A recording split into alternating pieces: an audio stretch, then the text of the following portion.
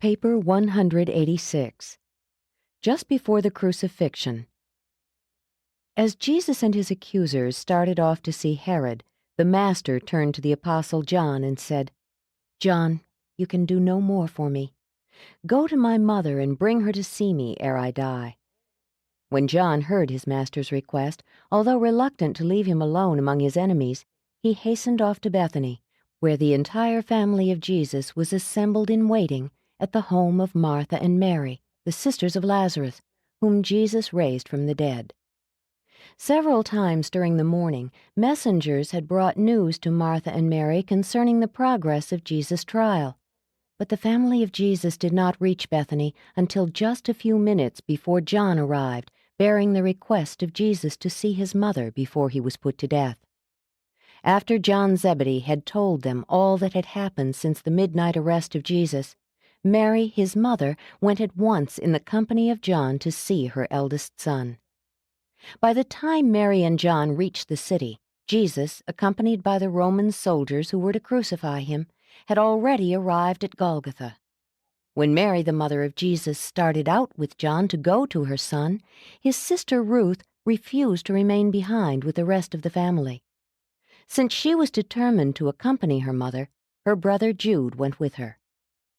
The rest of the Master's family remained in Bethany under the direction of James, and almost every hour the messengers of David Zebedee brought them reports concerning the progress of that terrible business of putting to death their eldest brother, Jesus of Nazareth. 1. The end of Judas Iscariot. It was about 8:30 this Friday morning when the hearing of Jesus before Pilate was ended, and the Master was placed in the custody of the Roman soldiers who were to crucify him. As soon as the Romans took possession of Jesus, the captain of the Jewish guards marched with his men back to their temple headquarters. The chief priest and his Sanhedrist associates followed close behind the guards, going directly to their usual meeting place in the hall of hewn stone in the temple. Here they found many other members of the Sanhedrin waiting to learn what had been done with Jesus. As Caiaphas was engaged in making his report to the Sanhedrin regarding the trial and condemnation of Jesus, Judas appeared before them to claim his reward for the part he had played in his Master's arrest and sentence of death. All of these Jews loathed Judas. They looked upon the betrayer with only feelings of utter contempt. Throughout the trial of Jesus before Caiaphas and during his appearance before Pilate, Judas was pricked in his conscience about his traitorous conduct. And he was also beginning to become somewhat disillusioned regarding the reward he was to receive as payment for his services as Jesus' betrayer. He did not like the coolness and aloofness of the Jewish authorities. Nevertheless, he expected to be liberally rewarded for his cowardly conduct. He anticipated being called before the full meeting of the Sanhedrin, and there hearing himself eulogized while they conferred upon him suitable honors in token of the great service which he flattered himself he had rendered his nation. Imagine, therefore, the great surprise of this egotistic traitor when a servant of the high priest, tapping him on the shoulder, called him just outside the hall and said, "Judas, I have been appointed to pay you for the betrayal of Jesus. Here is your reward." And thus speaking, the servant of Caiaphas handed Judas a bag containing 30 pieces of silver, the current price of a good, healthy slave. Judas was stunned, dumbfounded. He rushed back to enter the hall, but was debarred by the doorkeeper. He wanted to appeal to the Sanhedrin, but they would not admit him. Judas could not believe that these rulers of the Jews would allow him to betray his friends and his master and then offer him as a reward 30 pieces of silver. He was humiliated, disillusioned, and utterly crushed. He walked away from the temple, as it were, in a trance. He automatically dropped the money bag in his deep pocket, that same pocket wherein he had so long carried the bag containing the apostolic funds. And he wandered out through the city after the crowds who were on their way to witness the crucifixions. From a distance, Judas saw them raise the crosspiece with Jesus nailed thereon. And upon sight of this, he rushed back to the temple and, forcing his way past the doorkeeper, found himself standing in the presence of the Sanhedrin, which was still in session. The betrayer was well-nigh breathless and highly distraught, but he managed to stammer out these words: "I have sinned in that I have betrayed innocent blood. You have insulted me. You have offered me as a reward for my service money, the price of a slave. I repent that I have done this. Here is your money. I want to escape the guilt of this deed." When the rulers of the Jews heard Judas, they scoffed at him. One of them, sitting near where Judas stood, motioned that he should leave the hall and said, "Your master has already been put to death by the Romans, and as for your guilt, what is that to us? See you to that, and be gone." As Judas left the Sanhedrin chamber, he removed the 30 pieces of silver from the bag and threw them broadcast over the temple floor. When the betrayer left the temple, he was almost beside himself. Judas was now passing through the experience of the realization of the true nature of sin. All the glamour, fascination, and intoxication of wrongdoing had vanished. Now the evildoer stood alone and face to face with the judgment verdict of his disillusioned and disappointed soul. Sin was bewitching and adventurous in the committing, but now must the harvest of the naked and unromantic facts be faced. This one-time ambassador of the kingdom of heaven on earth now walked through the streets of Jerusalem, forsaken and alone. His despair was desperate and well-nigh absolute. On he journeyed through the city and outside the walls, on down into the terrible solitude of the valley of Hinnom, where he climbed up the steep rocks and, taking the girdle of his cloak, fastened one end to a small tree, tied the other about his neck, and cast himself over the precipice. Ere he was dead, the knot which his nervous hands had tied gave way, and the betrayer's body was dashed to pieces as it fell on the jagged rocks below. 2. The Master's Attitude. When Jesus was arrested, he knew that his work on earth in the likeness of mortal flesh was finished. He fully understood the sort of death he would die, and he was little concerned with the details of his so-called trials. Before the Sanhedrist court, Jesus declined to make replies to the testimony of perjured witnesses. There was but one question which would always elicit an answer, whether asked by friend or foe, and that was the one concerning the nature and divinity of his mission on earth. When asked if he were the Son of God, he unfailingly made reply. He steadfastly refused to speak when in the presence of the curious and wicked Herod. Before Pilate, he spoke only when he thought that Pilate or some other sincere person might be helped to a better knowledge of the truth by what he said. Jesus had taught his apostles the uselessness of casting their pearls before swine, and he now dared to practice what he had taught. His conduct at this time exemplified the patient submission of the human nature, coupled with the majestic silence and solemn dignity of the divine nature. He was altogether willing to discuss with Pilate any question related to the political charges brought against him, any question which he recognized as belonging to the governor's jurisdiction.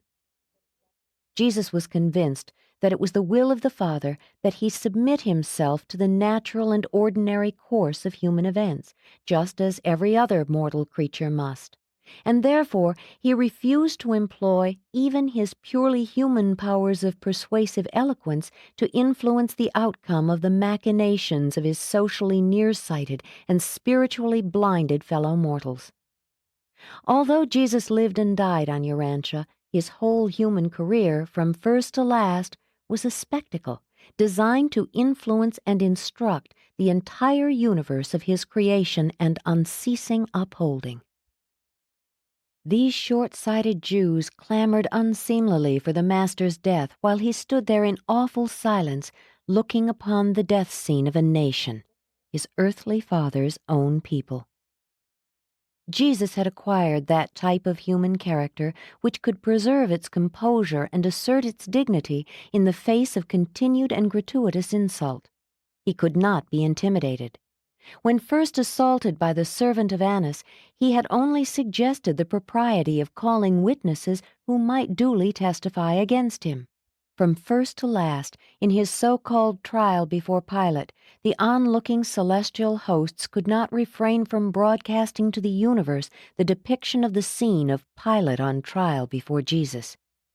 When before Caiaphas, and when all the perjured testimony had broken down, Jesus did not hesitate to answer the question of the chief priest, thereby providing in his own testimony that which they desired as a basis for convicting him of blasphemy.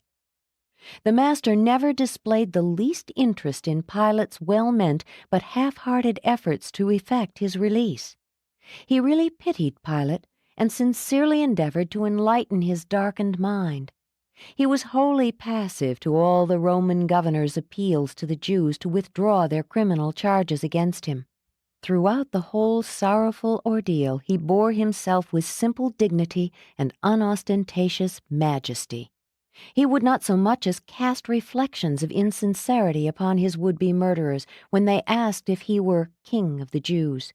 With but little qualifying explanation, he accepted the designation, knowing that while they had chosen to reject him, he would be the last to afford them real national leadership, even in a spiritual sense. Jesus said little during these trials, but he said enough to show all mortals the kind of human character man can perfect in partnership with God, and to reveal to all the universe the manner in which God can become manifest in the life of the creature, when such a creature truly chooses to do the will of the Father, thus becoming an active son of the living God. His love for ignorant mortals is fully disclosed by his patience and great self-possession in the face of the jeers, blows, and buffetings of the coarse soldiers and the unthinking servants. He was not even angry when they blindfolded him, and derisively striking him in the face, exclaimed, "Prophesy to us who it was that struck you." Pilate spoke more truly than he knew, when after Jesus had been scourged, he presented him before the multitude, exclaiming, "Behold the man!"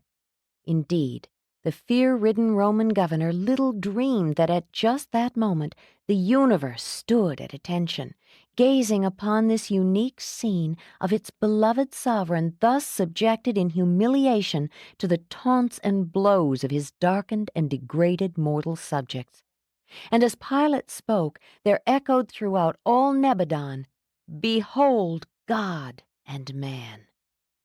Throughout a universe, untold millions have ever since that day continued to behold that man, while the God of Havona, the supreme ruler of the universe of universes, accepts the man of Nazareth as the satisfaction of the ideal of the mortal creatures of this local universe of time and space. In his matchless life, he never failed to reveal God to man. Now, in these final episodes of his mortal career and in his subsequent death, he made a new and touching revelation of man to God. 3. The dependable David Zebedee.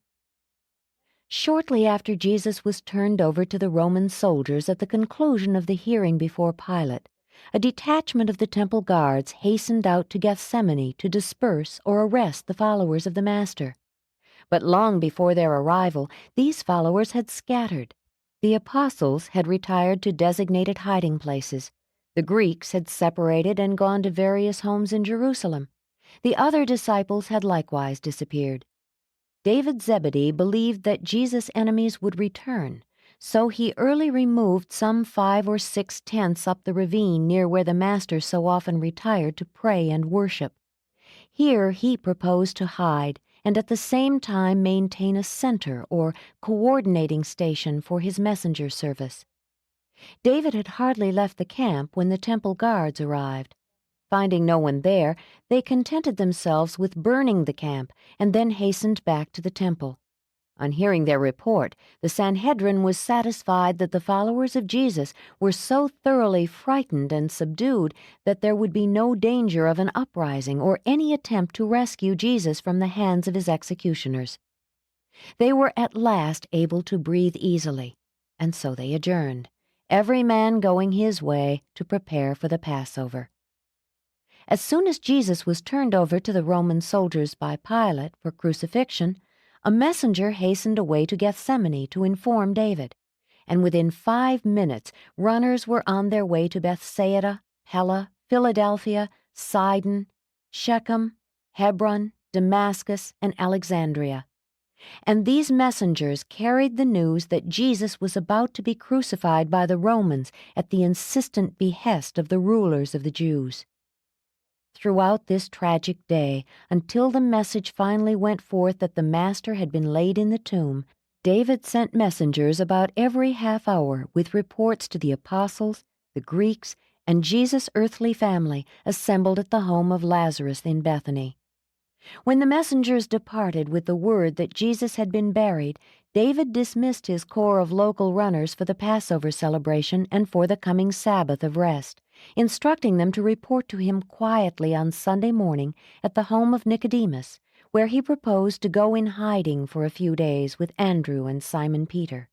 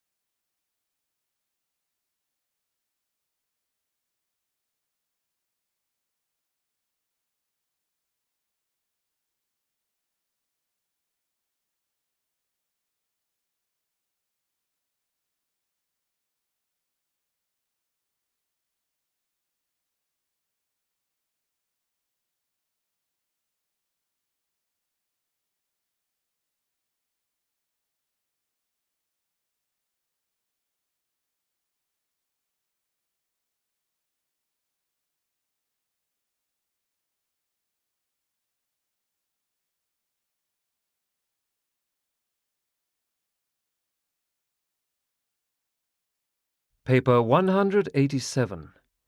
The Crucifixion. After the two brigands had been made ready, the soldiers, under the direction of a centurion, started for the scene of the crucifixion. The centurion in charge of these 12 soldiers was the same captain who had led forth the Roman soldiers the previous night to arrest Jesus in Gethsemane. It was the Roman custom to assign 4 soldiers for each person to be crucified. The two brigands were properly scourged before they were taken out to be crucified, but Jesus was given no further physical punishment. The captain undoubtedly thought he had already been sufficiently scourged, even before his condemnation. The 2 thieves crucified with Jesus were associates of Barabbas, and would later have been put to death with their leader if he had not been released as the Passover pardon of Pilate. Jesus was thus crucified in the place of Barabbas. What Jesus is now about to do, submit to death on the cross, he does of his own free will. In foretelling this experience, he said, "The Father loves and sustains me because I am willing to lay down my life, but I will take it up again. No one takes my life away from me. I lay it down of myself. I have authority to lay it down, and I have authority to take it up. I have received such a commandment from my Father." It was just before 9 o'clock this morning when the soldiers led Jesus from the praetorium on the way to Golgotha. They were followed by many who secretly sympathized with Jesus, but most of this group of 200 or more were either his enemies or curious idlers who merely desired to enjoy the shock of witnessing the crucifixions. Only a few of the Jewish leaders went out to see Jesus die on the cross. Knowing that he had been turned over to the Roman soldiers by Pilate, and that he was condemned to die, they busied themselves with their meeting in the temple, whereat they discussed what should be done with his followers. 1. On the way to Golgotha. Before leaving the courtyard of the praetorium, the soldiers placed the crossbeam on Jesus' shoulders. It was the custom to compel the condemned man to carry the crossbeam to the site of the crucifixion. Such a condemned man did not carry the whole cross, only this shorter timber. The longer and upright pieces of timber for the 3 crosses had already been transported to Golgotha, and, by the time of the arrival of the soldiers and their prisoners, had been firmly implanted in the ground. According to custom, the captain led the procession, carrying small white boards on which had been written with charcoal the names of the criminals and the nature of the crimes for which they had been condemned. For the 2 thieves, the centurion had notices which gave their names, underneath which was written the one word, brigand. It was the custom, after the victim had been nailed to the crossbeam and hoisted to his place on the upright timber, to nail this notice to the top of the cross, just above the head of the criminal, that all witnesses might know for what crime the condemned man was being crucified. The legend which the centurion carried to put on the cross of Jesus had been written by Pilate himself, in Latin, Greek, and Aramaic, and it read, "Jesus of Nazareth, the King of the Jews." Some of the Jewish authorities who were yet present when Pilate wrote this legend made vigorous protest against calling Jesus the King of the Jews. But Pilate reminded them that such an accusation was part of the charge which led to his condemnation. When the Jews saw they could not prevail upon Pilate to change his mind, they pleaded that at least it be modified to read, "He said, I am the King of the Jews." But Pilate was adamant. He would not alter the writing. To all further supplication he only replied, "What I have written, I have written." Ordinarily, it was the custom to journey to Golgotha by the longest road, in order that a large number of persons might view the condemned criminal, but on this day they went by the most direct route to the Damascus Gate, which led out of the city to the north, and following this road they soon arrived at Golgotha, the official crucifixion site of Jerusalem. Beyond Golgotha were the villas of the wealthy, and on the other side of the road were the tombs of many well-to-do Jews. Crucifixion was not a Jewish mode of punishment. Both the Greeks and the Romans learned this method of execution from the Phoenicians. Even Herod, with all his cruelty, did not resort to crucifixion. The Romans never crucified a Roman citizen. Only slaves and subject peoples were subjected to this dishonorable mode of death. During the siege of Jerusalem, just 40 years after the crucifixion of Jesus, all of Golgotha was covered by thousands upon thousands of crosses, upon which, from day to day, there perished the flower of the Jewish race. A terrible harvest indeed of the seed-sowing of this day. As the death procession passed along the narrow streets of Jerusalem, many of the tender-hearted Jewish women who had heard Jesus' words of good cheer and compassion, and who knew of his life of loving ministry, could not refrain from weeping when they saw him being led forth to such an ignoble death. As he passed by, many of these women bewailed and lamented, and when some of them even dared to follow along by his side, the Master turned his head toward them and said, "Daughters of Jerusalem, weep not for me, but rather weep for yourselves and for your children. My work is about done. Soon I go to my Father, but the times of terrible trouble for Jerusalem are just beginning. Behold, the days are coming in which you shall say, Blessed are the barren and those whose breasts have never suckled their young. In those days will you pray the rocks of the hills to fall on you, in order that you may be delivered from the terrors of your troubles." These women of Jerusalem were indeed courageous to manifest sympathy for Jesus, for it was strictly against the law to show friendly feelings for one who was being led forth to crucifixion. It was permitted the rabble to jeer, mock, and ridicule the condemned, but it was not allowed that any sympathy should be expressed. Though Jesus appreciated the manifestation of sympathy in this dark hour when his friends were in hiding, he did not want these kind-hearted women to incur the displeasure of the authorities by daring to show compassion in his behalf. Even at such a time as this, Jesus thought little about himself, only of the terrible days of tragedy ahead for Jerusalem and the whole Jewish nation. As the Master trudged along on the way to the crucifixion, he was very weary. He was nearly exhausted. He had had neither food nor water since the Last Supper at the home of Elijah Mark. Neither had he been permitted to enjoy one moment of sleep. In addition, there had been one hearing right after another up to the hour of his condemnation, not to mention the abusive scourgings with their accompanying physical suffering and loss of blood. Superimposed upon all this was his extreme mental anguish, his acute spiritual tension, and a terrible feeling of human loneliness. Shortly after passing through the gate on the way out of the city, as Jesus staggered on bearing the crossbeam, his physical strength momentarily gave way, and he fell beneath the weight of his heavy burden. The soldiers shouted at him and kicked him, but he could not arise. When the captain saw this, knowing what Jesus had already endured, he commanded the soldiers to desist. Then he ordered a passer-by, one Simon from Cyrene, to take the crossbeam from Jesus' shoulders, and compelled him to carry it the rest of the way to Golgotha. This man Simon had come all the way from Cyrene in northern Africa to attend the Passover. He was stopping with other Cyrenians just outside the city walls, and was on his way to the temple services in the city when the Roman captain commanded him to carry Jesus' crossbeam. Simon lingered all through the hours of the Master's death on the cross, talking with many of his friends and with his enemies. After the resurrection and before leaving Jerusalem, he became a valiant believer in the gospel of the kingdom, and when he returned home, he led his family into the heavenly kingdom. His two sons, Alexander and Rufus, became very effective teachers of the new gospel in Africa. But Simon never knew that Jesus, whose burden he bore, and the Jewish tutor who once befriended his injured son, were the same person. It was shortly after 9 o'clock when this procession of death arrived at Golgotha, and the Roman soldiers set themselves about the task of nailing the two brigands and the Son of Man to their respective crosses. 2. The Crucifixion. The soldiers first bound the Master's arms with cords to the crossbeam, and then they nailed his hands to the wood. When they had hoisted this crossbeam up on the post, and after they had nailed it securely to the upright timber of the cross, they bound and nailed his feet to the wood, using one long nail to penetrate both feet. The upright timber had a large peg inserted at the proper height, which served as a sort of saddle for supporting the body weight. The cross was not high, the Master's feet being only about 3 feet from the ground.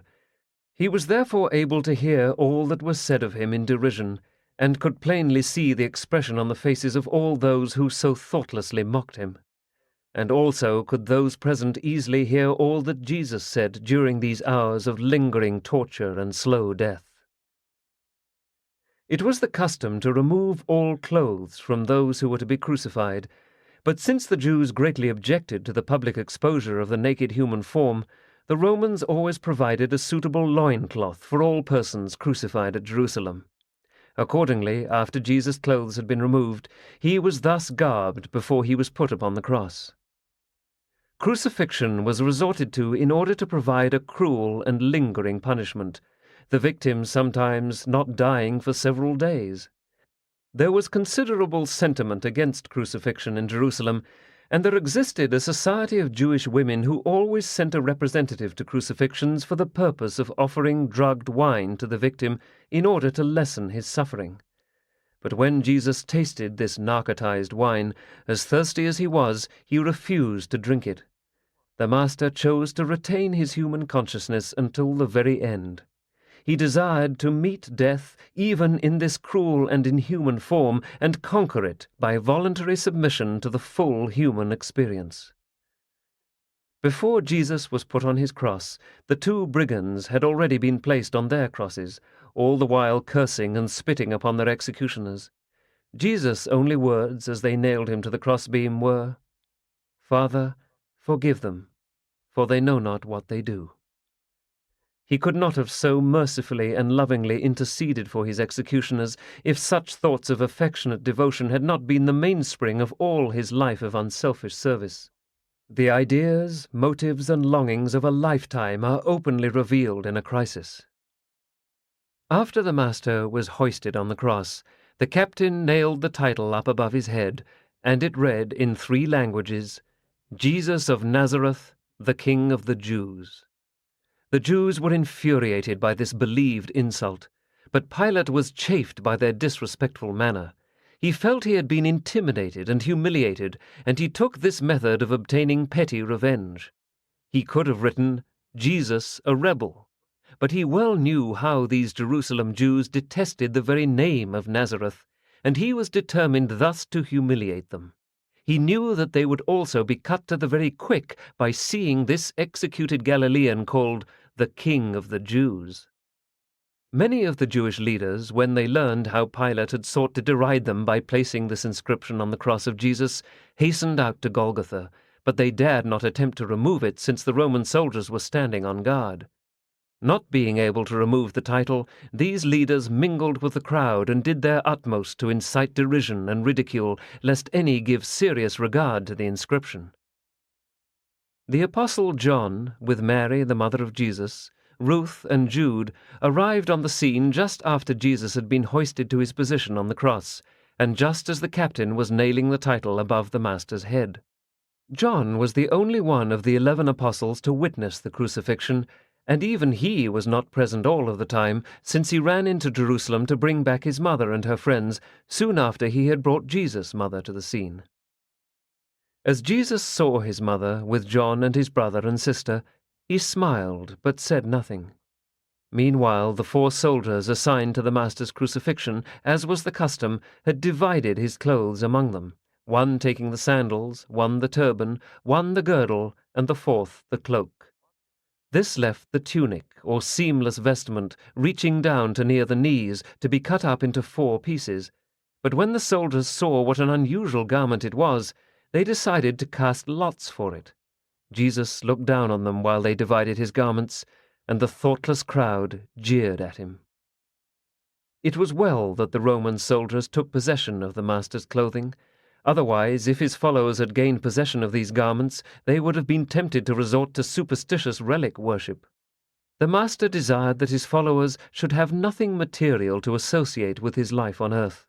He wanted to leave mankind only the memory of a human life dedicated to the high spiritual ideal of being consecrated to doing the Father's will. 3. Those who saw the crucifixion.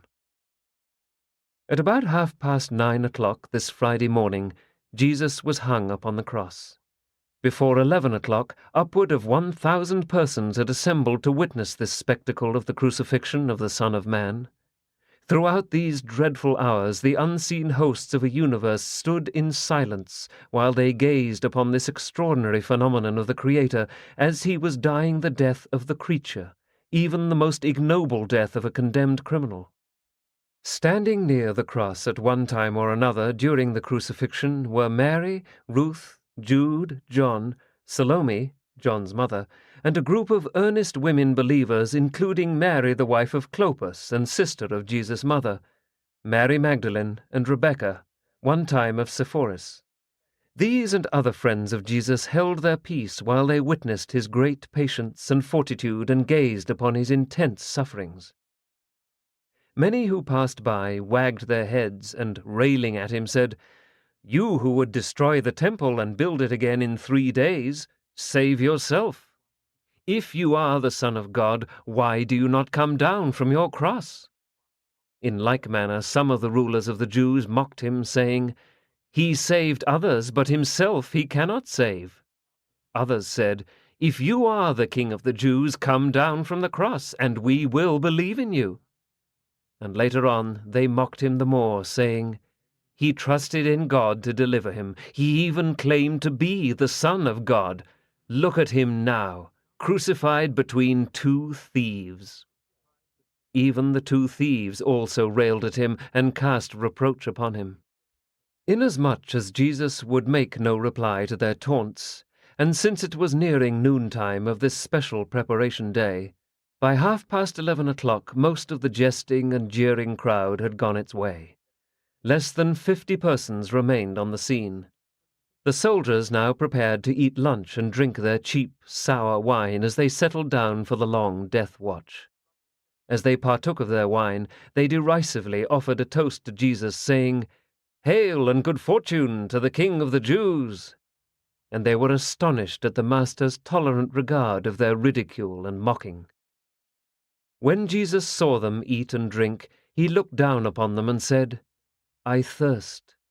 When the captain of the guard heard Jesus say, "I thirst," he took some of the wine from his bottle, and putting the saturated sponge stopper upon the end of a javelin, raised it to Jesus so that he could moisten his parched lips.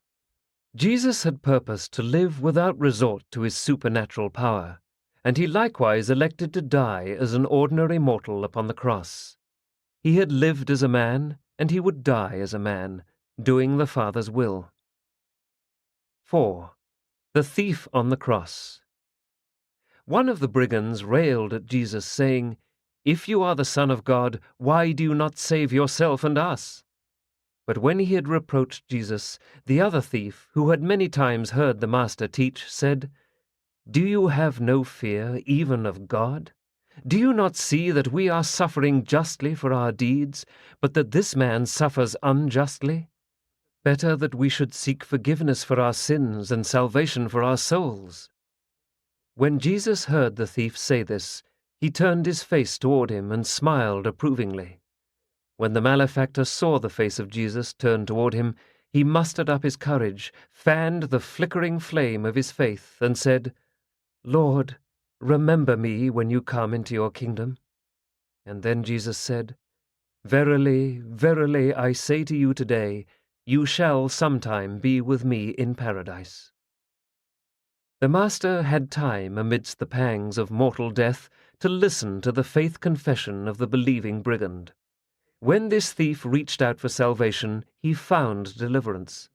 Many times before this he had been constrained to believe in Jesus, but only in these last hours of consciousness did he turn with a whole heart toward the Master's teaching. When he saw the manner in which Jesus faced death upon the cross, this thief could no longer resist the conviction that this Son of Man was indeed the Son of God. During this episode of the conversion and reception of the thief into the kingdom by Jesus, the Apostle John was absent, having gone into the city to bring his mother and her friends to the scene of the crucifixion. Luke subsequently heard this story from the converted Roman captain of the guard. The Apostle John told about the crucifixion as he remembered the event 2/3 of a century after its occurrence. The other records were based upon the recital of the Roman centurion on duty, who, because of what he saw and heard, subsequently believed in Jesus and entered into the full fellowship of the kingdom of heaven on earth. This young man, the penitent brigand, had been led into a life of violence and wrongdoing by those who extolled such a career of robbery as an effective patriotic protest against political oppression and social injustice. And this sort of teaching, plus the urge for adventure, led many otherwise well-meaning youths to enlist in these daring expeditions of robbery. This young man had looked upon Barabbas as a hero. Now he saw that he had been mistaken. Here on the cross beside him, he saw a really great man, a true hero. Here was a hero who fired his zeal and inspired his highest ideals of moral self-respect and quickened all his ideals of courage, manhood, and bravery. In beholding Jesus, there sprang up in his heart an overwhelming sense of love, loyalty, and genuine greatness. And if any other person among the jeering crowd had experienced the birth of faith within his soul and had appealed to the mercy of Jesus, he would have been received with the same loving consideration that was displayed toward the believing brigand. Just after the repentant thief heard the Master's promise that they should sometime meet in paradise, John returned from the city, bringing with him his mother and a company of almost a dozen women believers. John took up his position near Mary, the mother of Jesus, supporting her. Her son Jude stood on the other side. As Jesus looked down upon this scene, it was noontide, and he said to his mother, "Woman, behold your son." And speaking to John, he said, "My son, behold your mother." And then he addressed them both, saying, "I desire that you depart from this place." And so John and Jude led Mary away from Golgotha. John took the mother of Jesus to the place where he tarried in Jerusalem, and then hastened back to the scene of the crucifixion. After the Passover, Mary returned to Bethsaida, where she lived at John's home for the rest of her natural life. Mary did not live quite 1 year after the death of Jesus. After Mary left, the other women withdrew for a short distance and remained in attendance upon Jesus until he expired on the cross, and they were yet standing by when the body of the Master was taken down for burial. 5. Last hour on the cross.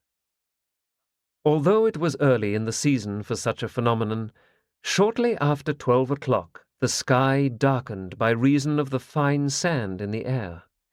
The people of Jerusalem knew that this meant the coming of one of those hot-wind sandstorms from the Arabian desert.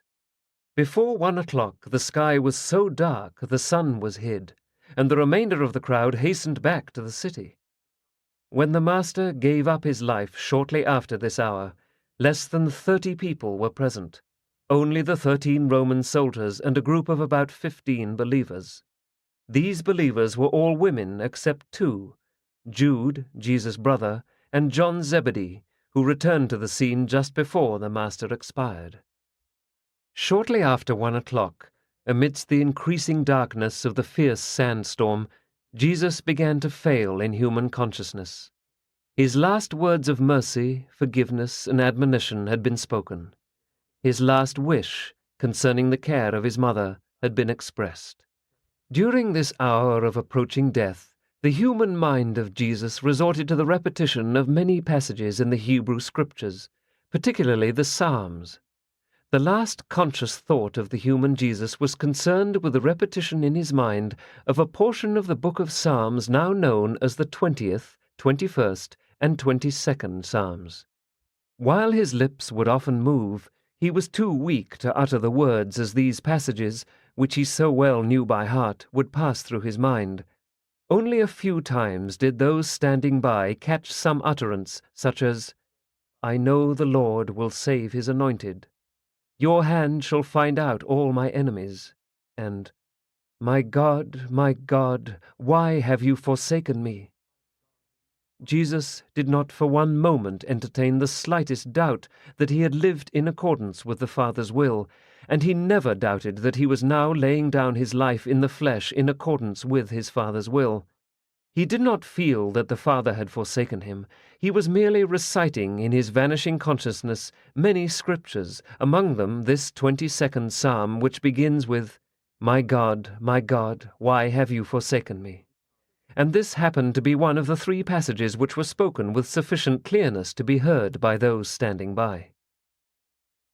The last request which the mortal Jesus made of his fellows was about 1:30 o'clock, when, a second time, he said, "I thirst," and the same captain of the guard again moistened his lips with the same sponge wet in the sour wine, in those days commonly called vinegar.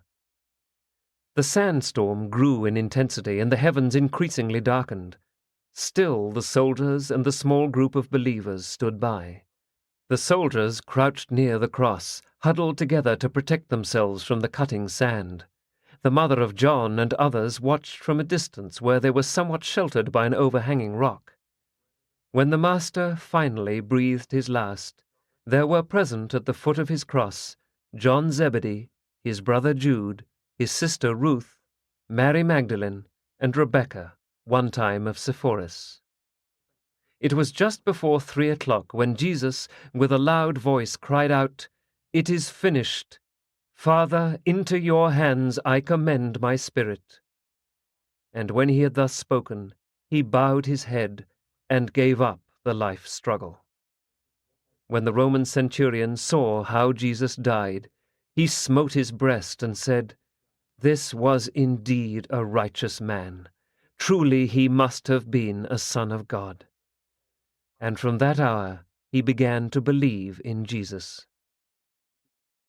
Jesus died royally, as he had lived. He freely admitted his kingship and remained master of the situation throughout the tragic day. He went willingly to his ignominious death after he had provided for the safety of his chosen apostles. He wisely restrained Peter's trouble-making violence and provided that John might be near him right up to the end of his mortal existence. He revealed his true nature to the murderous Sanhedrin and reminded Pilate of the source of his sovereign authority as a son of God. He started out to Golgotha bearing his own crossbeam, and finished up his loving bestowal by handing over his spirit of mortal acquirement to the Paradise Father. After such a life, and at such a death, the Master could truly say, "It is finished." Because this was the preparation day for both the Passover and the Sabbath, the Jews did not want these bodies to be exposed on Golgotha. Therefore they went before Pilate asking that the legs of these 3 men be broken, that they be dispatched, so that they could be taken down from their crosses and cast into the criminal burial pits before sundown. When Pilate heard this request, he forthwith sent 3 soldiers to break the legs and dispatch Jesus and the 2 brigands. When these soldiers arrived at Golgotha, they did accordingly to the 2 thieves, but they found Jesus already dead, much to their surprise. However, in order to make sure of his death, one of the soldiers pierced his left side with his spear. Though it was common for the victims of crucifixion to linger alive upon the cross for even 2 or 3 days, the overwhelming emotional agony and the acute spiritual anguish of Jesus brought an end to his mortal life in the flesh in a little less than 5½ hours. 6. After the crucifixion. In the midst of the darkness of the sandstorm, about 3:30 o'clock, David Zebedee sent out the last of the messengers carrying the news of the Master's death. The last of his runners he dispatched to the home of Martha and Mary in Bethany, where he supposed the mother of Jesus stopped with the rest of her family. After the death of the Master, John sent the women, in charge of Jude, to the home of Elijah Mark, where they tarried over the Sabbath day. John himself, being well known by this time to the Roman centurion, remained at Golgotha until Joseph and Nicodemus arrived on the scene with an order from Pilate authorizing them to take possession of the body of Jesus. Thus ended a day of tragedy and sorrow for a vast universe whose myriads of intelligences had shuddered at the shocking spectacle of the crucifixion of the human incarnation of their beloved sovereign. They were stunned by this exhibition of mortal callousness and human perversity. Paper 188. The Time of the Tomb. The day and a half that Jesus' mortal body lay in the tomb of Joseph, the period between his death on the cross and his resurrection, is a chapter in the earth career of Michael, which is little known to us. We can narrate the burial of the Son of Man and put in this record the events associated with his resurrection, but we cannot supply much information of an authentic nature about what really transpired during this epoch of about 36 hours, from 3 o'clock Friday afternoon to 3 o'clock Sunday morning. This period in the Master's career began shortly before he was taken down from the cross by the Roman soldiers. He hung upon the cross about 1 hour after his death. He would have been taken down sooner, but for the delay in dispatching the two brigands. The rulers of the Jews had planned to have Jesus' body thrown in the open burial pits of Gehenna, south of the city. It was the custom thus to dispose of the victims of crucifixion. If this plan had been followed, the body of the Master would have been exposed to the wild beasts. In the meantime, Joseph of Arimathea, accompanied by Nicodemus, had gone to Pilate and asked that the body of Jesus be turned over to them for proper burial. It was not uncommon for friends of crucified persons to offer bribes to the Roman authorities for the privilege of gaining possession of such bodies. Joseph went before Pilate with a large sum of money, in case it became necessary to pay for permission to remove Jesus' body to a private burial tomb. But Pilate would not take money for this. When he heard the request, he quickly signed the order which authorized Joseph to proceed to Golgotha and take immediate and full possession of the Master's body. In the meantime, the sandstorm having considerably abated, a group of Jews representing the Sanhedrin had gone out to Golgotha for the purpose of making sure that Jesus' body accompanied those of the brigands to the open burial pits. 1. The burial of Jesus. When Joseph and Nicodemus arrived at Golgotha, they found the soldiers taking Jesus down from the cross, and the representatives of the Sanhedrin standing by to see that none of Jesus' followers prevented his body from going to the criminal burial pits. When Joseph presented Pilate's order for the Master's body to the centurion, the Jews raised a tumult and clamored for its possession. In their raving, they sought violently to take possession of the body, and when they did this, the centurion ordered 4 of his soldiers to his side, and with drawn swords they stood astride the Master's body as it lay there on the ground. The centurion ordered the other soldiers to leave the 2 thieves while they drove back this angry mob of infuriated Jews. When order had been restored, the centurion read the permit from Pilate to the Jews, and stepping aside said to Joseph, "This body is yours to do with as you see fit. I and my soldiers will stand by to see that no man interferes." A crucified person could not be buried in a Jewish cemetery. There was a strict law against such a procedure. Joseph and Nicodemus knew this law, and on the way out to Golgotha, they had decided to bury Jesus in Joseph's new family tomb, hewn out of solid rock, located a short distance north of Golgotha and across the road leading to Samaria. No one had ever lain in this tomb, and they thought it appropriate that the Master should rest there. Joseph really believed that Jesus would rise from the dead, but Nicodemus was very doubtful. These former members of the Sanhedrin had kept their faith in Jesus more or less of a secret, although their fellow Sanhedrists had long suspected them, even before they withdrew from the council. From now on, they were the most outspoken disciples of Jesus in all Jerusalem. At about 4:30 o'clock, the burial procession of Jesus of Nazareth started from Golgotha for Joseph's tomb across the way. The body was wrapped in a linen sheet as the 4 men carried it, followed by the faithful women watchers from Galilee. The mortals who bore the material body of Jesus to the tomb were Joseph, Nicodemus, John, and the Roman centurion. They carried the body into the tomb, a chamber about 10 feet square, where they hurriedly prepared it for burial. The Jews did not really bury their dead, they actually embalmed them. Joseph and Nicodemus had brought with them large quantities of myrrh and aloes, and they now wrapped the body with bandages saturated with these solutions. When the embalming was completed, they tied a napkin about the face, wrapped the body in a linen sheet, and reverently placed it on a shelf in the tomb. After placing the body in the tomb, the centurion signaled for his soldiers to help roll the doorstone up before the entrance to the tomb. The soldiers then departed for Gehenna with the bodies of the thieves, while the others returned to Jerusalem in sorrow to observe the Passover feast according to the laws of Moses. There was considerable hurry and haste about the burial of Jesus, because this was preparation day, and the Sabbath was drawing on apace.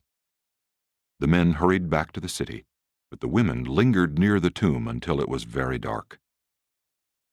While all this was going on, the women were hiding near at hand, so that they saw it all, and observed where the Master had been laid.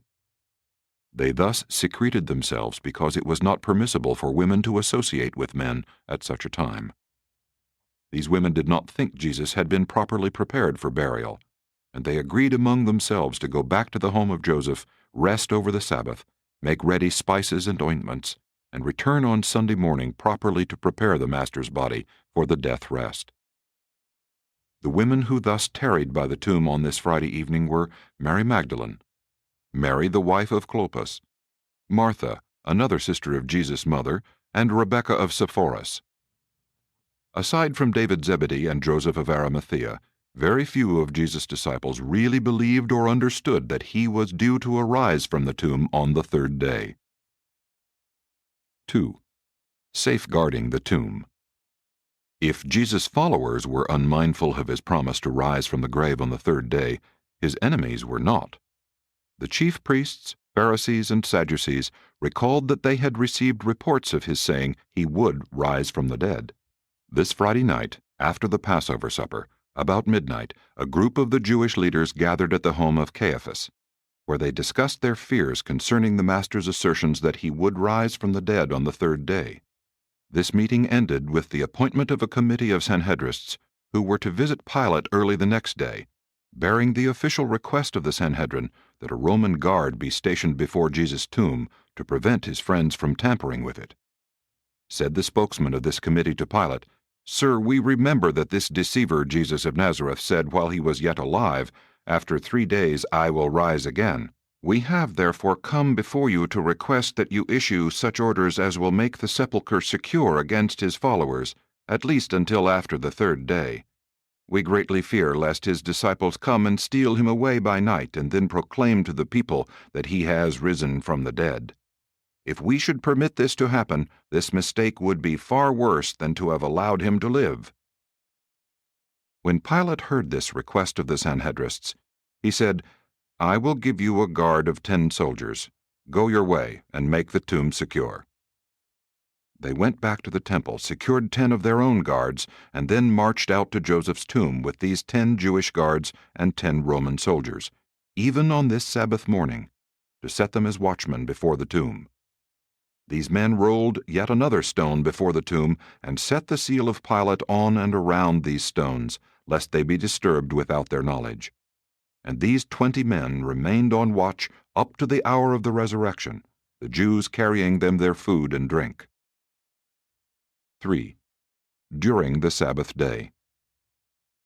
Throughout this Sabbath day, the disciples and the apostles remained in hiding, while all Jerusalem discussed the death of Jesus on the cross. There were almost 1.5 million Jews present in Jerusalem at this time, hailing from all parts of the Roman Empire and from Mesopotamia. This was the beginning of the Passover week, and all these pilgrims would be in the city to learn of the resurrection of Jesus and to carry the report back to their homes. Late Saturday night, John Mark summoned the 11 apostles secretly to come to the home of his father, where just before midnight they all assembled in the same upper chamber where they had partaken of the Last Supper with their Master 2 nights previously. Mary, the mother of Jesus, with Ruth and Jude, returned to Bethany to join their family this Saturday evening just before sunset. David Zebedee remained at the home of Nicodemus, where he had arranged for his messengers to assemble early Sunday morning. The women of Galilee who prepared spices for the further embalming of Jesus' body tarried at the home of Joseph of Arimathea. We are not able fully to explain just what happened to Jesus of Nazareth during this period of a day and a half when he was supposed to be resting in Joseph's new tomb. Apparently, he died the same natural death on the cross as would any other mortal in the same circumstances. We heard him say, "Father, into your hands I commend my spirit." We do not fully understand the meaning of such a statement, inasmuch as his thought adjuster had long since been personalized, and so maintained an existence apart from Jesus' mortal being. The Master's personalized adjuster could in no sense be affected by his physical death on the cross. That which Jesus put in the Father's hands, for the time being, must have been the spirit counterpart of the adjuster's early work in spiritizing the mortal mind so as to provide for the transfer of the transcript of the human experience to the mansion worlds. There must have been some spiritual reality in the experience of Jesus which was analogous to the spirit nature or soul of the faith-growing mortals of the spheres. But this is merely our opinion. We do not really know what Jesus commended to his Father. We know that the physical form of the Master rested there in Joseph's tomb until about 3 o'clock Sunday morning, but we are wholly uncertain regarding the status of the personality of Jesus during that period of 36 hours. We have sometimes dared to explain these things to ourselves somewhat as follows. 1. The creator consciousness of Michael must have been at large and wholly free from its associated mortal mind of the physical incarnation. 2. The former thought adjuster of Jesus we know to have been present on earth during this period and in personal command of the assembled celestial hosts. 3. The acquired spirit identity of the man of Nazareth, which was built up during his lifetime in the flesh, first by the direct efforts of his thought adjuster and later by his own perfect adjustment between the physical necessities and the spiritual requirements of the ideal mortal existence, as it was effected by his never-ceasing choice of the Father's will, must have been consigned to the custody of the Paradise Father. Whether or not this spirit reality returned to become a part of the resurrected personality, we do not know, but we believe it did. But there are those in the universe who hold that this soul identity of Jesus now reposes in the bosom of the Father, to be subsequently released for leadership of the Nebadon Corps of the Finality in their undisclosed destiny in connection with the uncreated universes of the unorganized realms of outer space. 4. We think the human or mortal consciousness of Jesus slept during these 36 hours. We have reason to believe that the human Jesus knew nothing of what transpired in the universe during this period. To the mortal consciousness, there appeared no lapse of time. The resurrection of life followed the sleep of death as of the same instant. And this is about all we can place on record regarding the status of Jesus during this period of the tomb. There are a number of correlated facts to which we can allude, although we are hardly competent to undertake their interpretation. In the vast court of the resurrection halls of the first mansion world of Satania, there may now be observed a magnificent material Urantia structure known as the Michael Memorial, now bearing the seal of Gabriel. This memorial was created shortly after Michael departed from this world, and it bears this inscription: in commemoration of the mortal transit of Jesus of Nazareth on Urantia. There are records extant which show that during this period the Supreme Council of Salvington, numbering 100, held an executive meeting on Urantia under the presidency of Gabriel. There are also records showing that the Ancients of Days of Uversa communicated with Michael regarding the status of the universe of Nebadon during this time. We know that at least one message passed between Michael and Emmanuel on Salvington while the Master's body lay in the tomb. There is good reason for believing that some personality sat in the seat of Caligastia in the system council of the planetary princes on Jerusalem, which convened while the body of Jesus rested in the tomb. The records of Urantia indicate that the constellation father of Norlashadek was on Urantia, and that he received instructions from Michael during this time of the tomb. And there is much other evidence which suggests that not all of the personality of Jesus was asleep and unconscious during this time of apparent physical death. 4. Meaning of the death on the cross. Although Jesus did not die this death on the cross to atone for the racial guilt of mortal man, nor to provide some sort of effective approach to an otherwise offended and unforgiving God, even though the Son of Man did not offer himself as a sacrifice to appease the wrath of God and to open the way for sinful man to obtain salvation, Notwithstanding that these ideas of atonement and propitiation are erroneous, nonetheless, there are significances attached to this death of Jesus on the cross which should not be overlooked.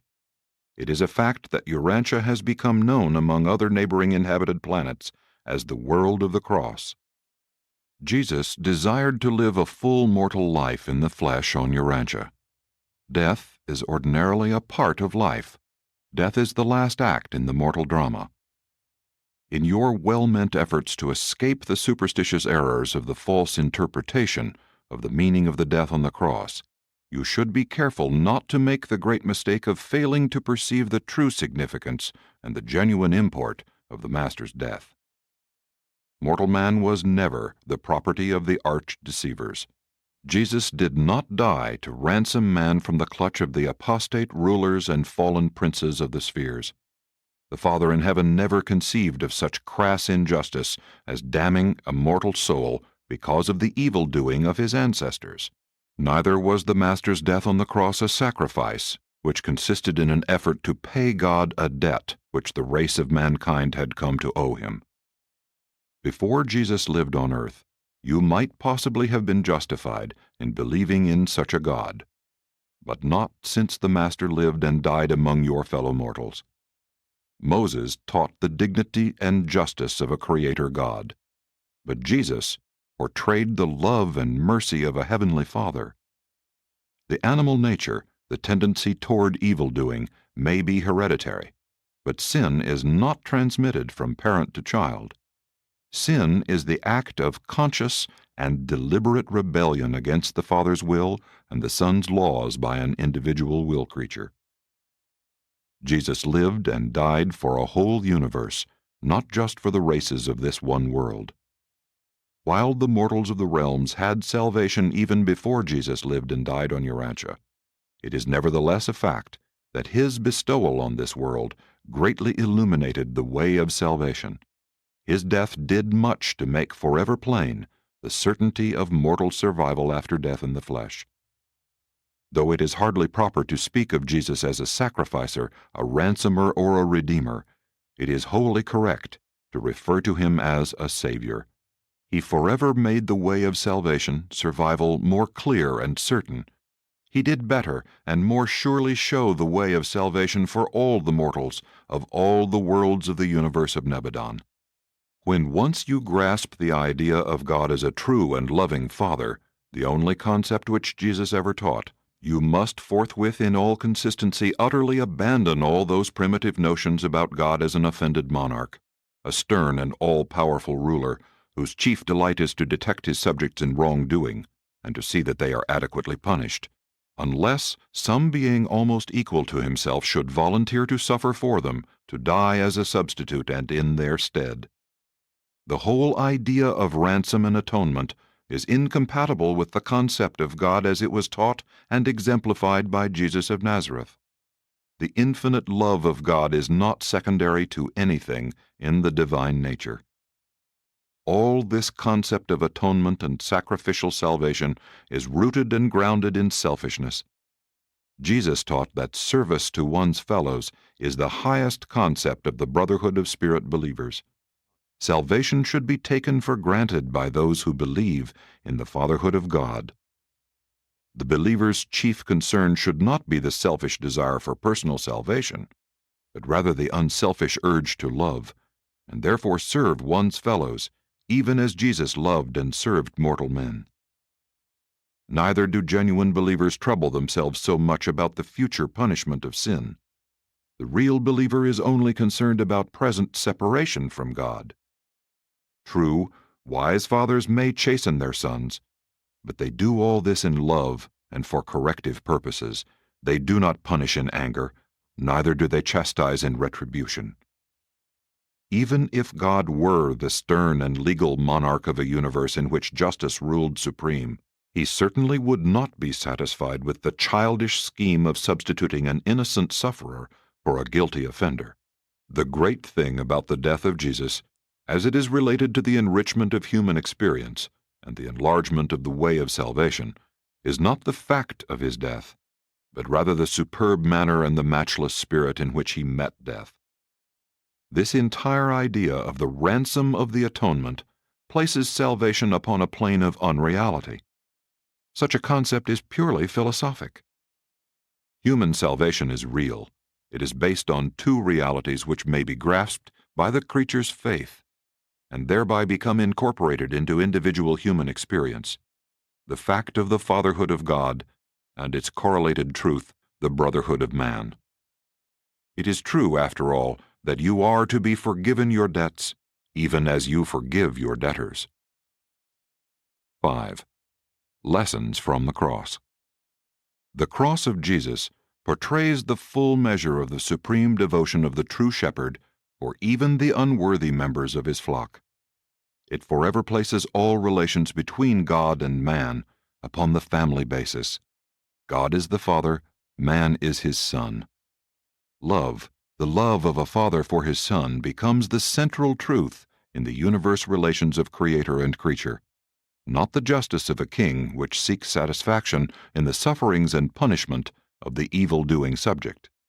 The cross forever shows that the attitude of Jesus toward sinners was neither condemnation nor condonation, but rather eternal and loving salvation. Jesus is truly a Savior, in the sense that his life and death do win men over to goodness and righteous survival. Jesus loves men so much that his love awakens the response of love in the human heart. Love is truly contagious and eternally creative. Jesus' death on the cross exemplifies a love which is sufficiently strong and divine to forgive sin and swallow up all evil-doing. Jesus disclosed to this world a higher quality of righteousness than justice, mere technical right and wrong.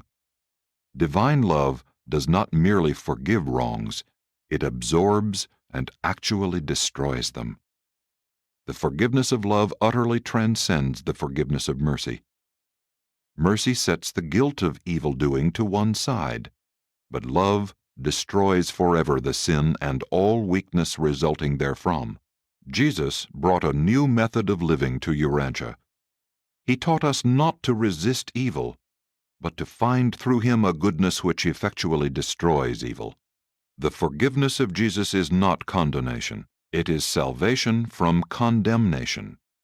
Salvation does not slight wrongs, it makes them right. True love does not compromise nor condone hate, it destroys it. The love of Jesus is never satisfied with mere forgiveness. The Master's love implies rehabilitation, eternal survival. It is altogether proper to speak of salvation as redemption, if you mean this eternal rehabilitation. Jesus, by the power of his personal love for men, could break the hold of sin and evil. He thereby set men free to choose better ways of living. Jesus portrayed a deliverance from the past, which in itself promised a triumph for the future. Forgiveness thus provided salvation. The beauty of divine love, once fully admitted to the human heart, forever destroys the charm of sin and the power of evil. The sufferings of Jesus were not confined to the crucifixion.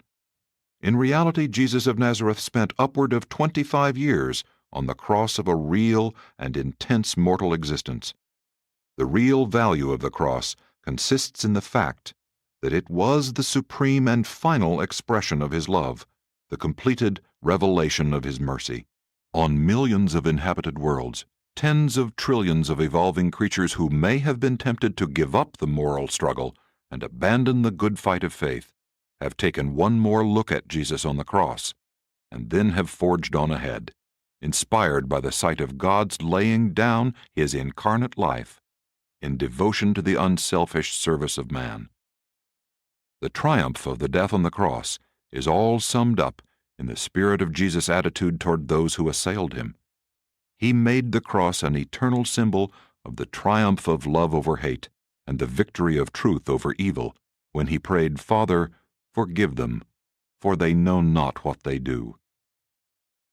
That devotion of love was contagious throughout a vast universe. The disciples caught it from their Master.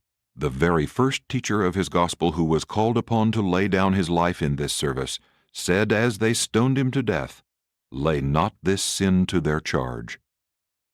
The cross makes a supreme appeal to the best in man, because it discloses one who was willing to lay down his life in the service of his fellow men.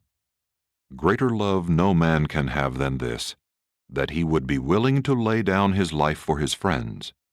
And Jesus had such a love that he was willing to lay down his life for his enemies, a love greater than any which had hitherto been known on earth.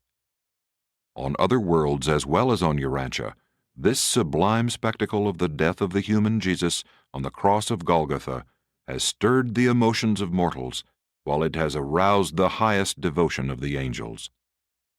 The cross is that high symbol of sacred service, the devotion of one's life to the welfare and salvation of one's fellows. The cross is not the symbol of the sacrifice of the innocent Son of God in the place of guilty sinners, and in order to appease the wrath of an offended God. But it does stand forever, on earth and throughout a vast universe, as a sacred symbol of the good bestowing themselves upon the evil, and thereby saving them by this very devotion of love.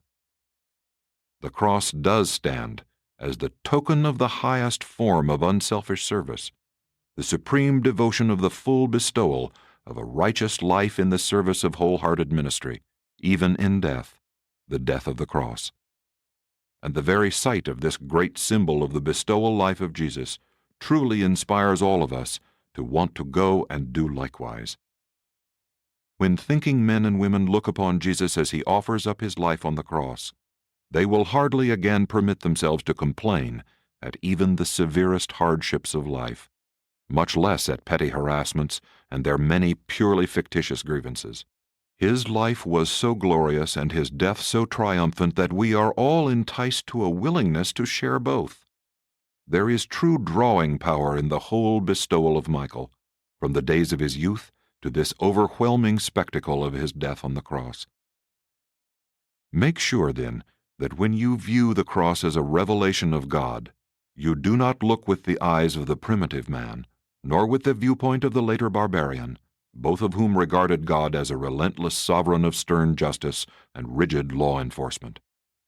Rather, make sure that you see in the cross the final manifestation of the love and devotion of Jesus to his life mission of bestowal upon the mortal races of his vast universe.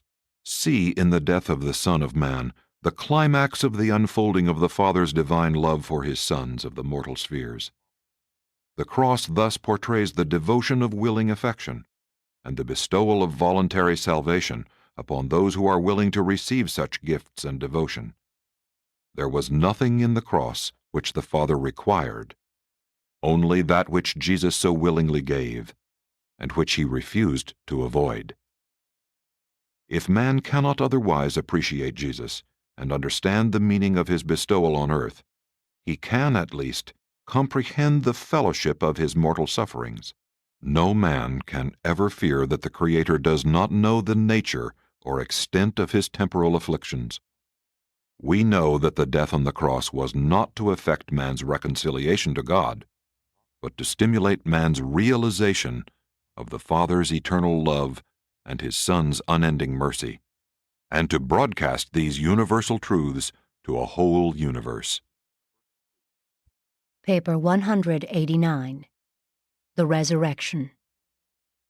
Soon after the burial of Jesus on Friday afternoon, the chief of the archangels of Nebadon, then present on Urantia, summoned his council of the resurrection of sleeping will creatures and entered upon the consideration of a possible technique for the restoration of Jesus.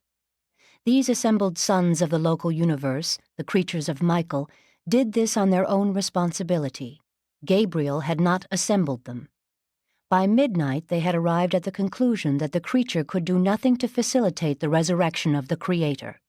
They were disposed to accept the advice of Gabriel, who instructed them that, since Michael had laid down his life of his own free will, he also had power to take it up again in accordance with his own determination. Shortly after the adjournment of this council of the archangels, the life-carriers, and their various associates in the work of creature rehabilitation and Urantia creation, the personalized adjuster of Jesus, being in personal command of the assembled celestial host then on Urantia, spoke these words to the anxious waiting watchers. Not one of you can do aught to assist your Creator Father in the return to life. As a mortal of the realm, he has experienced mortal death. As the sovereign of a universe, he still lives.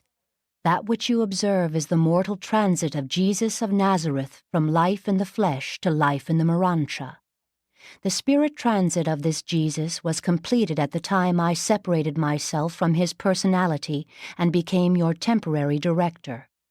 Your Creator Father has elected to pass through the whole of the experience of his mortal creatures, from birth on the material worlds, on through natural death and the resurrection of the Urantia, into the status of true spirit existence. A certain phase of this experience you are about to observe, but you may not participate in it. Those things which you ordinarily do for the creature, you may not do for the Creator. A Creator Son has within himself the power to bestow himself in the likeness of any of his created sons. He has within himself the power to lay down his observable life and to take it up again. And he has this power because of the direct command of the Paradise Father, and I know whereof I speak. When they heard the personalized adjuster so speak, they all assumed the attitude of anxious expectancy, from Gabriel down to the most humble cherubim. They saw the mortal body of Jesus in the tomb. They detected evidences of the universe activity of their beloved sovereign, and not understanding such phenomena, they waited patiently for developments. 1. The Urantia Transit.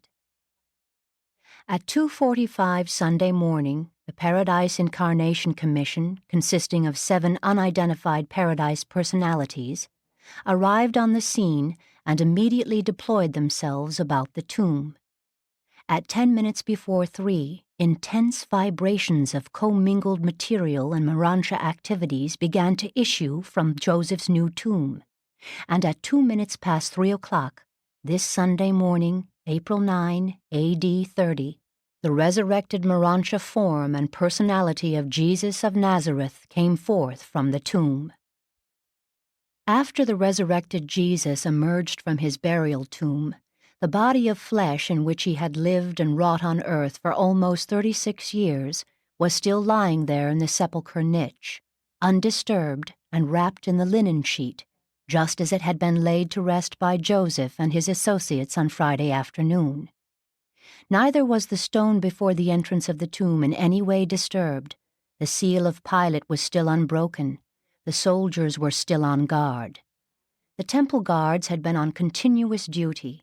The Roman guard had been changed at midnight.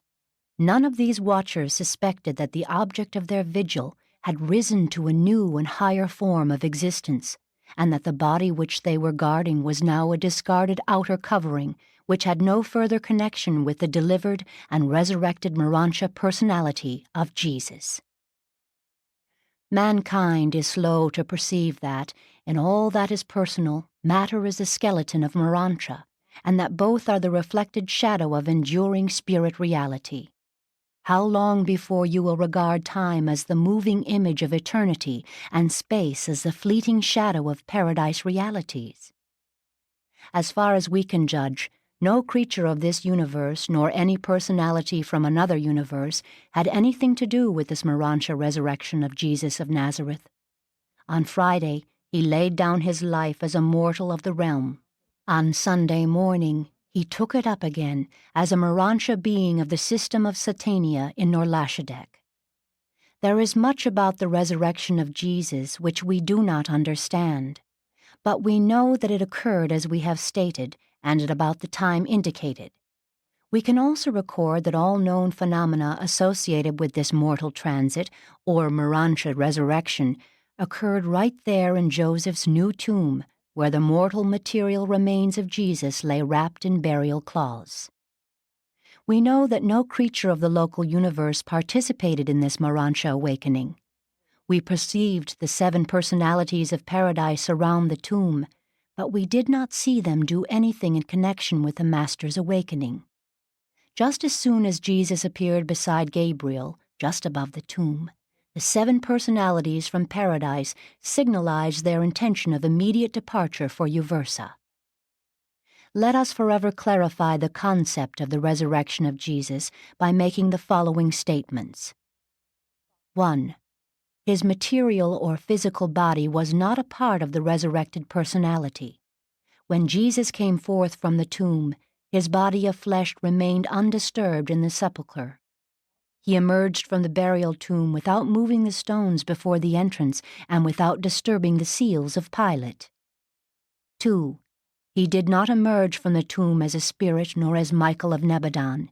He did not appear in the form of the Creator Sovereign, such as he had had before his incarnation in the likeness of mortal flesh on Urantia.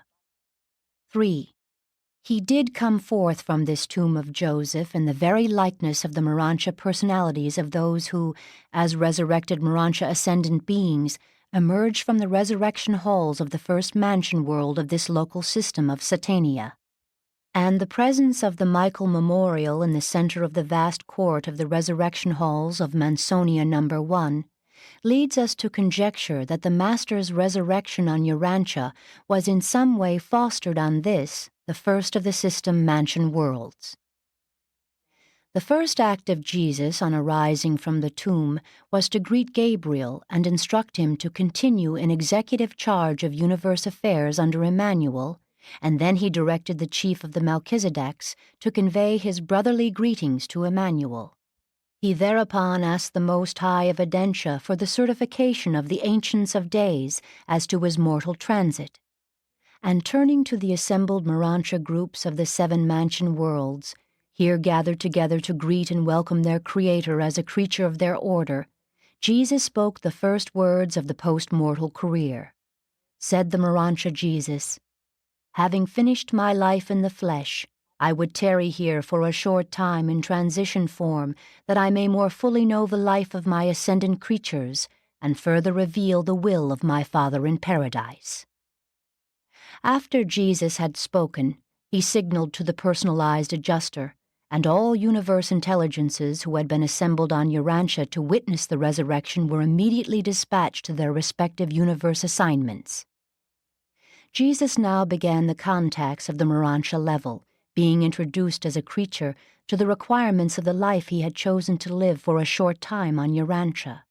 This initiation into the Urantia world required more than an hour of Earth time, and was twice interrupted by his desire to communicate with his former associates in the flesh, as they came out from Jerusalem, wonderingly to peer into the empty tomb to discover what they considered evidence of his resurrection. Now is the mortal transit of Jesus, the Urantia resurrection of the Son of Man, completed. The transitory experience of the Master as a personality midway between the material and the spiritual has begun. And he has done all this through power inherent within himself. No personality has rendered him any assistance. He now lives as Jesus of Urantia, and as he begins this Urantia life, the material body of his flesh lies there undisturbed in the tomb. The soldiers are still on guard, and the seal of the governor about the rocks has not yet been broken. 2. The material body of Jesus. At 10 minutes past 3 o'clock, as the resurrected Jesus fraternized with the assembled Urantia personalities from the 7 mansion worlds of Satania, the chief of archangels, the angels of the resurrection, approached Gabriel and asked for the mortal body of Jesus. Said the chief of the archangels, "We may not participate in the Urantia resurrection of the bestowal experience of Michael our sovereign, but we would have his mortal remains put in our custody for immediate dissolution. We do not propose to employ our technique of dematerialization. We merely wish to invoke the process of accelerated time. It is enough that we have seen the sovereign live and die on Urantia. The hosts of heaven would be spared the memory of enduring the sight of the slow decay of the human form of the Creator and upholder of a universe. In the name of the celestial intelligences of all Nebadan, I ask for a mandate giving me the custody of the mortal body of Jesus of Nazareth and empowering us to proceed with its immediate dissolution. And when Gabriel had conferred with the senior Most High of Audentia, the archangel spokesman for the celestial host was given permission to make such disposition of the physical remains of Jesus as he might determine. After the chief of archangels had been granted this request, he summoned to his assistance many of his fellows, together with a numerous host of the representatives of all orders of celestial personalities, and then, with the aid of the Urantia midwayers, proceeded to take possession of Jesus' physical body. This body of death was a purely material creation. It was physical and literal. It could not be removed from the tomb as the Urantia form of the resurrection had been able to escape the sealed sepulchre. By the aid of certain Urantia auxiliary personalities, the Urantia form can be made at one time as of the spirit so that it can become indifferent to ordinary matter, while at another time it can become discernible and contactable to material beings, such as the mortals of the realm. As they made ready to remove the body of Jesus from the tomb, preparatory to according it the dignified and reverent disposal of near instantaneous dissolution, it was assigned the secondary Urantia midwayers to roll away the stones from the entrance of the tomb. The larger of these two stones was a huge circular affair, much like a millstone, and it moved in a groove chiseled out of the rock so that it could be rolled back and forth to open or close the tomb. When the watching Jewish guards and the Roman soldiers, in the dim light of the morning, saw this huge stone begin to roll away from the entrance of the tomb, apparently of its own accord, without any visible means to account for such motion, they were seized with fear and panic, and they fled in haste from the scene. The Jews fled to their homes, afterward going back to report these doings to their captain at the temple. The Romans fled to the fortress of Antonia and reported what they had seen to the centurion as soon as he arrived on duty. The Jewish leaders began the sordid business of supposedly getting rid of Jesus by offering bribes to the traitorous Judas, and now, when confronted with this embarrassing situation, instead of thinking of punishing the guards who deserted their post, they resorted to bribing these guards and the Roman soldiers. They paid each of these 20 men a sum of money and instructed them to say to all, "While we slept during the night time, his disciples came upon us and took away the body." And the Jewish leaders made solemn promises to the soldiers to defend them before Pilate in case it should ever come to the governor's knowledge that they had accepted a bribe. The Christian belief in the resurrection of Jesus has been based on the fact of the empty tomb. It was indeed a fact that the tomb was empty, but this is not the truth of the resurrection. The tomb was truly empty when the first believers arrived, and this fact, associated with that of the undoubted resurrection of the Master, led to the formulation of a belief which was not true. The teaching that the material and mortal body of Jesus was raised from the grave. Truth having to do with spiritual realities and eternal values cannot always be built up by a combination of apparent facts. Although individual facts may be materially true, it does not follow that the association of a group of facts must necessarily lead to truthful spiritual conclusions.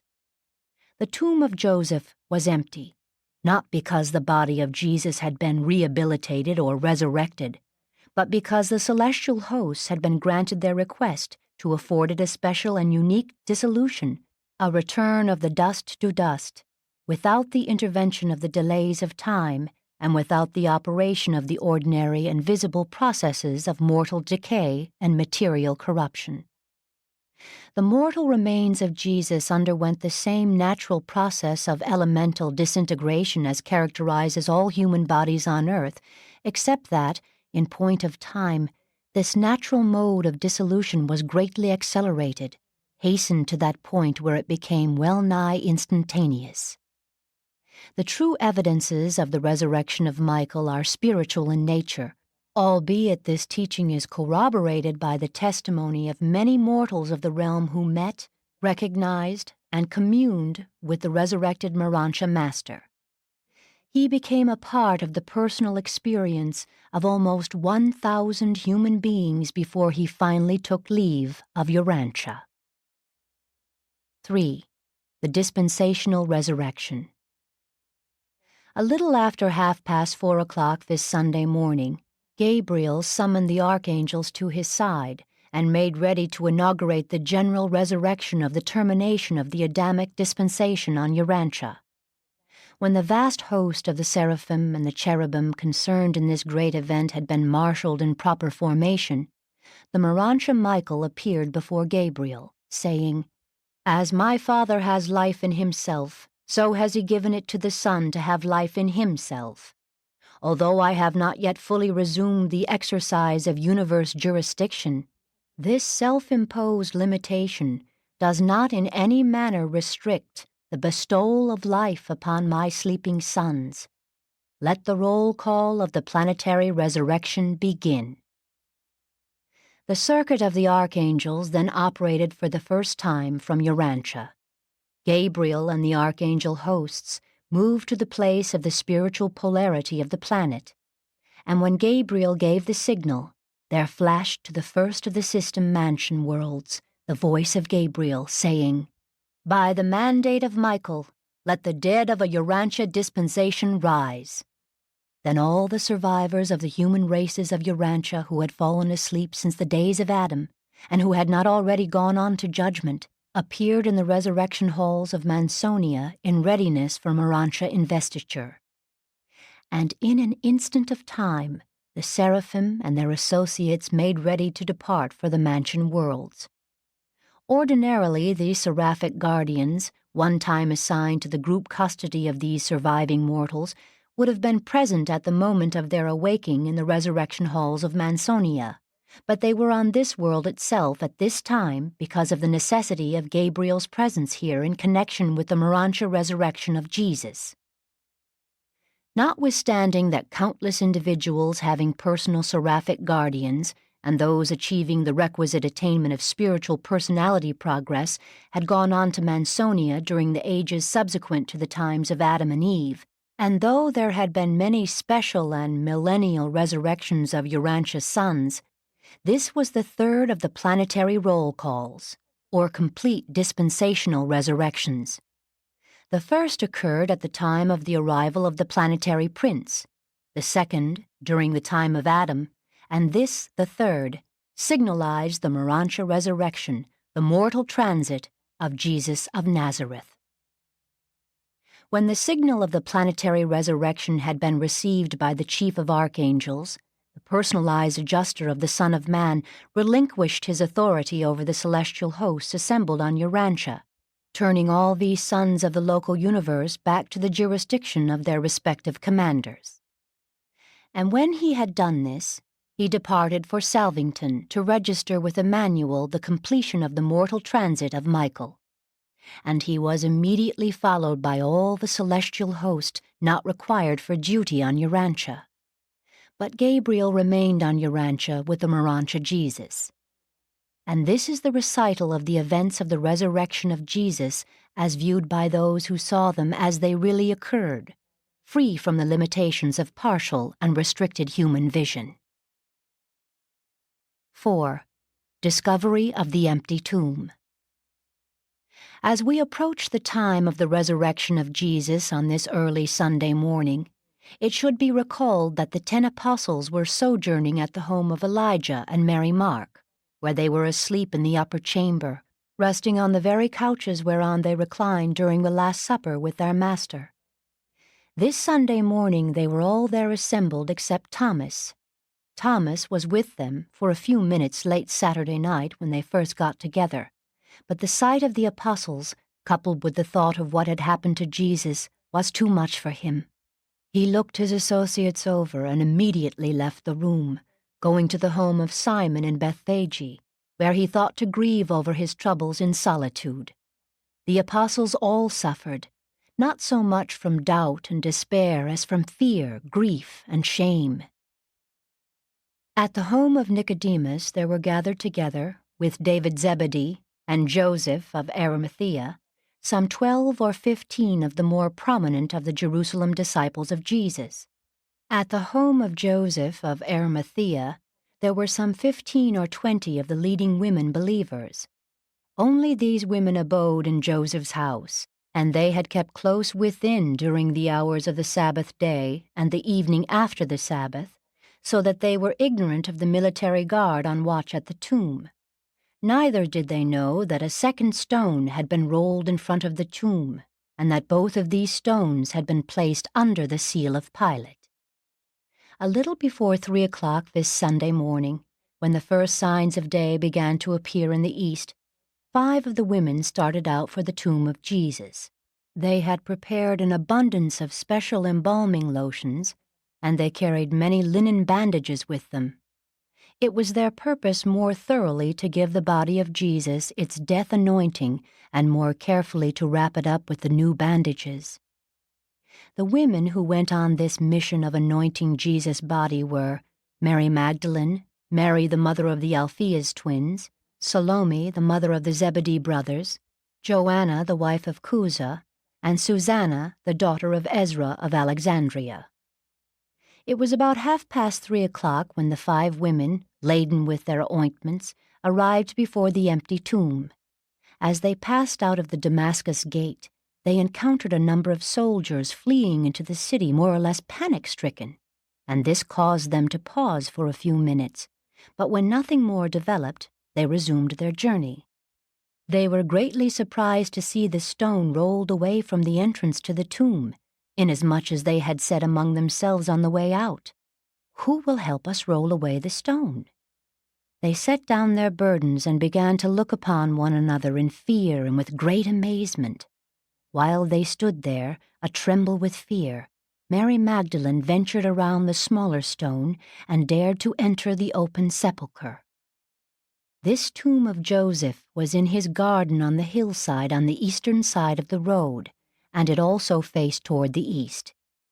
By this hour there was just enough of the dawn of a new day to enable Mary to look back to the place where the Master's body had lain and to discern that it was gone. In the recess of stone where they had laid Jesus, Mary saw only the folded napkin where his head had rested, and the bandages wherewith he had been wrapped lying intact, and as they had rested on the stone before the celestial hosts removed the body. The covering sheet lay at the foot of the burial niche.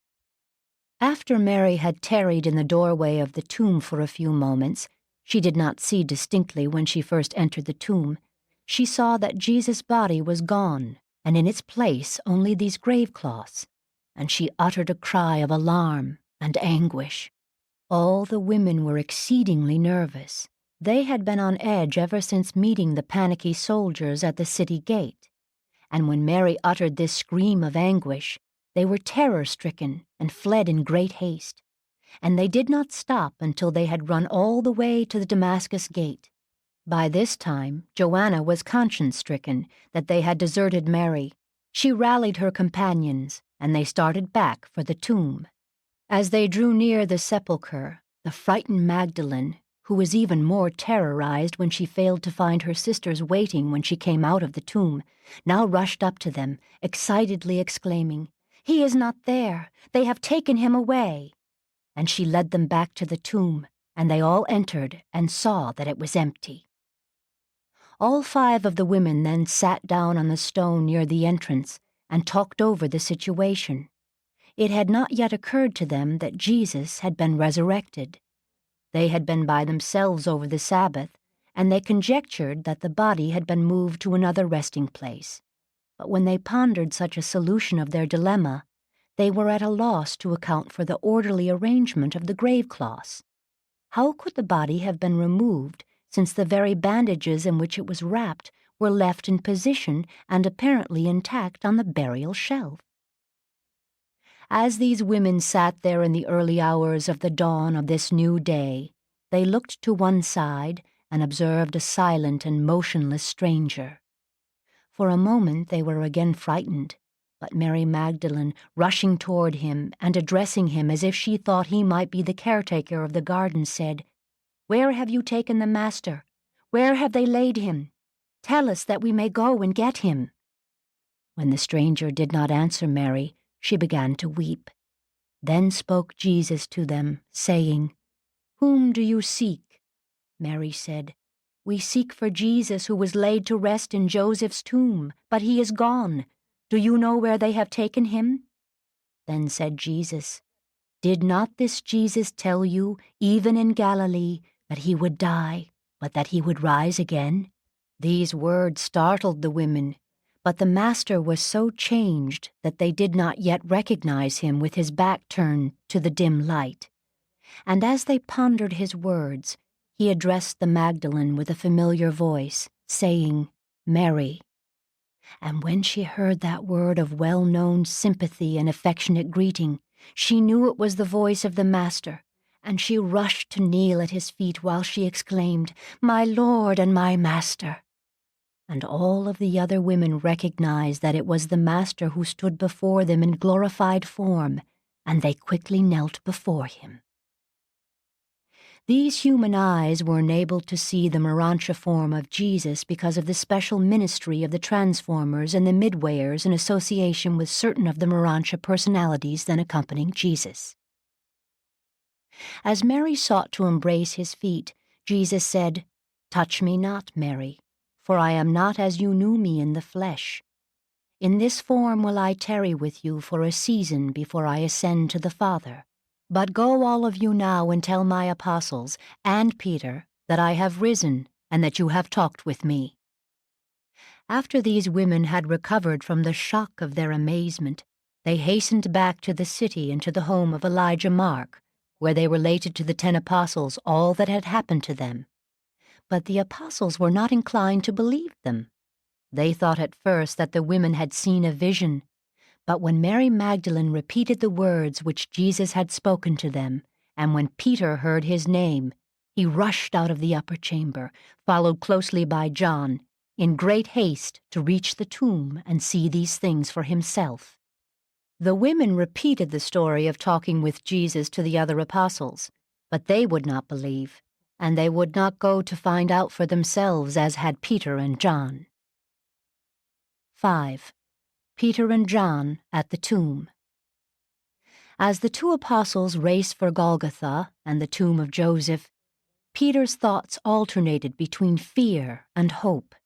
He feared to meet the Master, but his hope was aroused by the story that Jesus had sent special word to him. He was half persuaded that Jesus was really alive. He recalled the promise to rise on the 3rd day. Strange to relate, this promise had not occurred to him since the crucifixion until this moment as he hurried north through Jerusalem. As John hastened out of the city, a strange ecstasy of joy and hope welled up in his soul. He was half convinced that the women really had seen the risen Master. John, being younger than Peter, outran him and arrived first at the tomb. John tarried at the door, viewing the tomb, and it was just as Mary had described it. Very soon Simon Peter rushed up and, entering, saw the same empty tomb with the grave cloth so peculiarly arranged. And when Peter had come out, John also went in and saw it all for himself, and then they sat down on the stone to ponder the meaning of what they had seen and heard. And while they sat there, they turned over in their minds all that had been told them about Jesus, but they could not clearly perceive what had happened. Peter at first suggested that the grave had been rifled, that enemies had stolen the body, perhaps bribed the guards. But John reasoned that the grave would hardly have been left so orderly if the body had been stolen, and he also raised the question as to how the bandages happened to be left behind, and so apparently intact. And again they both went back into the tomb more closely to examine the grave cloths. As they came out of the tomb the 2nd time, they found Mary Magdalene returned and weeping before the entrance. Mary had gone to the apostles, believing that Jesus had risen from the grave, but when they all refused to believe her report, she became downcast and despairing. She longed to go back near the tomb, where she thought she had heard the familiar voice of Jesus. As Mary lingered after Peter and John had gone, the Master again appeared to her, saying, Be not doubting. Have the courage to believe what you have seen and heard. Go back to my apostles and again tell them that I have risen, that I will appear to them, and that presently I will go before them into Galilee as I promised." Mary hurried back to the Mark home and told the apostles she had again talked with Jesus, but they would not believe her. But when Peter and John returned, they ceased to ridicule and became filled with fear and apprehension.